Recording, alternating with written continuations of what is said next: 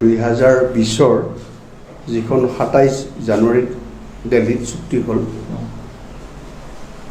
মানে অসম চৰকাৰৰ মধ্যস্থতা আৰু বিটিচিৰ প্ৰশাসনৰ মধ্যস্থতা আৰু সেই চুক্তিখনৰ হোৱাৰ আগত এটা চৰকাৰৰ ফালৰ পৰা মোক নিৰ্দেশ দিছিল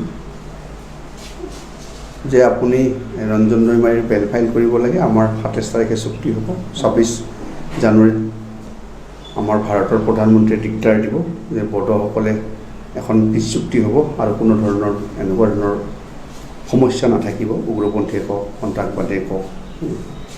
তে এইমতে ৰঞ্জন দৈমাৰীক 25 জানুৱাৰীৰ দিনা জেলৰ পৰা অৰ্থাৎ 24 তাৰিখে অৰ্ডাৰ হ'ল, 25 তাৰিখে ৰঞ্জন দৈমাৰীক সন্ধিয়াৰ ফ্লাইটত দিল্লীলৈকে লৈ যোৱা হৈছিল আৰু পৰৱৰ্তী সময়ত দিল্লীত চুক্তিখন হৈছিল। সেই একে জানুৱাৰী মাহৰে 30 তাৰিখে, যদি মোৰ ডেটটো ভুল হ'বও পাৰে, কোকৰাঝাৰত এখন বিশাল জনসমাৱেশ হৈছিল। তাত এই চুক্তিকাৰীসকলক ৰাইজে সম্বৰ্ধনা জনাইছিল। ভাৰতৰ সন্মানীয় প্ৰধানমন্ত্ৰীও আহিছিল, অসমৰ মুখ্যমন্ত্ৰী উপস্থিত আছিল, বিটিচি প্ৰশাসনৰ আছিল, এপছুৰ ফালৰ পৰা আজিৰ যিজন আমাৰ বিটিচিৰ চিফ তেওঁ আছিল। আৰু এইটো বুজা যায় যে ৰঞ্জন দৈমাৰীৰ কাৰণে অসমত বড়ো সমস্যাৰ যিটো সমস্যা বুলি ভবা হৈছিল সেইটোৰ এটা শান্তি প্ৰক্ৰিয়াত আহি এটা সমাধানৰ হোৱা বুলি আমি আশা কৰিছিলোঁ বা আশা কৰিছোঁ। কিন্তু আজিৰ প্ৰেক্ষাপটত আমি এইটো যদি চাওঁ যে এই শান্তিটো যদিও কাগজে পত্ৰই হৈছে, আচলতে তাৰ ৰূপায়ণটো হোৱা নাই। আৰু ৰূপায়ণটো নোহোৱাৰ কাৰণে গতিকে আমি শান্তি প্ৰক্ৰিয়াৰ পৰিসমাপ্তি হোৱা বুলি আমি ভাবিব নোৱাৰোঁ। এতিয়া কথাটো হৈছে যে ৰঞ্জন দৈমাৰী গুৱাহাটীৰ যিটো চিৰিয়েল ব্ৰহ্মৰাজ গুৱাহাটী কোকৰাঝাৰ বঙাইগাঁও বৰপেটা ৰোড, এই বঙাইগাঁৱত তেওঁ অভিযুক্ত, সেই হিচাপে বিচাৰ প্ৰক্ৰিয়াত তেওঁক দোষী সাব্যস্ত পাই মহামান্য আদালতে তেওঁক কাৰাবাস খাটিবৰ কাৰণে, যাৱজ্জীৱন কাৰাবাস খাটিবৰ কাৰণে নিৰ্দেশ দিছে। আৰু এতিয়া যদি আমি চাওঁ ৰঞ্জন দৈমাৰীয়ে যিবোৰ অপৰাধ কৰিছিল সেই অপৰাধবোৰ ব্যক্তিগত শত্ৰুতা বা তেনেকুৱা ধৰণৰ নহয়। আৰু এটা এই জাতি হত্যাৰ কাৰণে কৰা তেওঁৰ সংগ্ৰাম, আৰু সেই জাতি হত্যাৰ কাৰণে কৰা সংগ্ৰামত কিছু আইনৰ পৰিপন্থীটো হৈয়ে বা আইন ভায়লেশ্যন হৈছে বা আইন উলংঘা কৰিছে।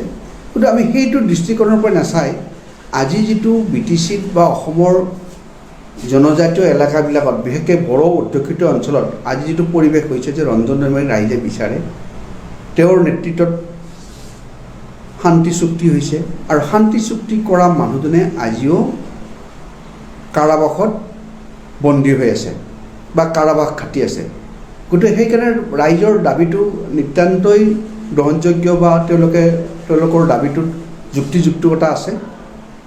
আৰু ৰিচেণ্টলি যিজন আমাৰ বিনোদ মোছাহাৰী বাথা, তেওঁ NDBৰ পৰৱৰ্তী সময়ত জংঘলত গুচি গৈছিল, নামটো NDBয়ে হৈ যে নেশ্যনেল কৰি লৈছিল, গতিকে NBLF, আৰু তেওঁ এতিয়া মূলসুঁতিলৈ আহিছে। আৰু তেওঁ এইটো ক্লেইম কৰিছে যে আমি মই যোৱাৰ কাৰণটো আছিল যে ৰঞ্জন দৈমাৰীক কেতিয়াও ক্ষমা কৰা নহ'ল, আৰু গতিকে তেওঁ এতিয়া আহিছে, তেওঁ কৈছে যে ৰঞ্জন দৈমাৰীয়ে মুকলি আকাশৰ তললৈকে আহিব লাগে। এতিয়া মই আইনৰ কথাটো ক'ব লাগিলে এনেকুৱা যে মানুহজন এটা কেছত দোষী সাব্যস্ত ব্যক্তি, গতিকে অন্য ধৰণৰকৈ এমনেষ্টিটো দিয়াটো অলপ অসুবিধা। কিন্তু ভাৰত চৰকাৰে বা অসম চৰকাৰে এইটো কৰিব পাৰে যে ৰঞ্জন দৈমাৰী গুৱাহাটী উচ্চ ন্যায়ালয়ত যিটো বেল মানে তেওঁৰ যিটো এপিল পেণ্ডিং আছে, তাত আমি বেল পিটিশ্যন ফাইল কৰিব পাৰোঁ। আৰু যদি বেল পিটিশ্যনত যদি গভমেণ্টৰ ফালৰ পৰা, চৰকাৰৰ ফালৰ পৰা যদি কোনো ধৰণৰ অবজেকশ্যন নকৰে, তেতিয়াহ'লে তেওঁ বেলটো কোৰ্টে নিশ্চয় গ্ৰাণ্ট কৰিব বুলি আমি আশা ৰাখিছোঁ। আৰু তেওঁ বেলটো গ্ৰাণ্ট হ'লে তেওঁ মুকলি আকাশৰ তললৈকে আহিব পাৰিব। গতিকে যিহেতু এইটো পলিটিকেল ইছ্যু আৰু গভমেণ্টেও এই সম্পৰ্কে সুকীয়াকৈ ডিচিশ্যন লৈ পেলাই বাকী পাৰ্টটো এনে দেখাত নোৱাৰে, কিন্তু গভমেণ্টে যদি ডিচিশ্যন লয় যে ৰঞ্জন দৈমাৰীৰ মুকলি আকাশৰ তলত আহিল বা তেওঁক এৰি দিলে, আজি যিটো বিটিচিৰ শান্তিৰ যিটো স্থিতাৱস্থা সেইটো কণ্টিনিউ হ'ব বুলি যদি আশা কৰা যায় বা হ'ব বুলি আমি ভাবোঁ, তেতিয়া ৰঞ্জন দৈমাৰী জেলৰ পৰা মুক্তি পোৱাটো সকলোৰে কাম্য।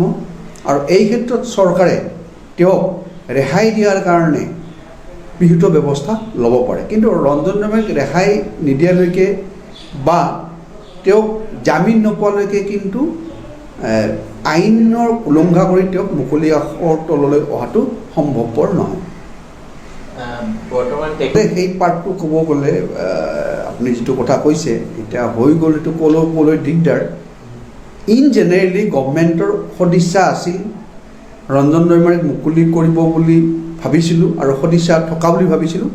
কিন্তু এজন ধৰক যদি কোৱা হয় যে ৰঞ্জন দৈমাৰী যিখন চুক্তি কৰিছে বা য'ত স্বাক্ষৰ কৰিছিল, আৰু সেই হিচাপে মানুহ এজন কাৰাবাস খটা মানুহক মানে কিছু সময়ৰ কাৰণে বেলত আহি চুক্তি কৰি আকৌ কাৰাবাসলৈ যোৱাটো আচলতে আইনৰ বিৰুদ্ধে হয় যদিও কিন্তু এটা সামাজিক যিটো ন্যায় আৰু তেওঁৰ কাৰণে যদি শান্তি আহিব পাৰে এখন ৰাজ্যত, বা তেওঁৰ কাৰণে যদি এটা এৰিয়াত মানুহে উগ্ৰপন্থা বাদ দি বা পৰিহাৰ কৰি যদি সমাজ জীৱনত মানে নৰ্মেল জীৱন যাপন কৰিবলৈ তেওঁলোকে ইচ্ছা প্ৰকাশ কৰিব পাৰে, গতিকে চৰকাৰৰ সদিচ্ছা থাকিব লাগে যে ৰঞ্জন দৈমাৰীকো বাকী যিখিনি তেওঁৰ কাৰাবাস খাটিবলগীয়া সময় আছে সেইখিনি চৰকাৰে ইচ্ছা কৰিলে মাফ দিব পাৰে।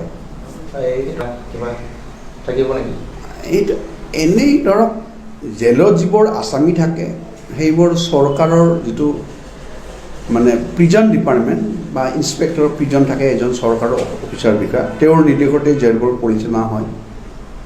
আৰু তেওঁক জেলৰ মানুহ জেলতেই ৰাখিছে, কিন্তু কথাটো হৈছে তেওঁলোকে এটা কাম কৰিছে চৰকাৰে, তেওঁৰ কাৰণে এখন স্পেচিয়েল জেল বনাইছে, মানে মেকশ্বিফ্ট স্পেচিয়েল জেল, অৰ্থাৎ টেম্পৰাৰীকৈ বনোৱা এখন জেল।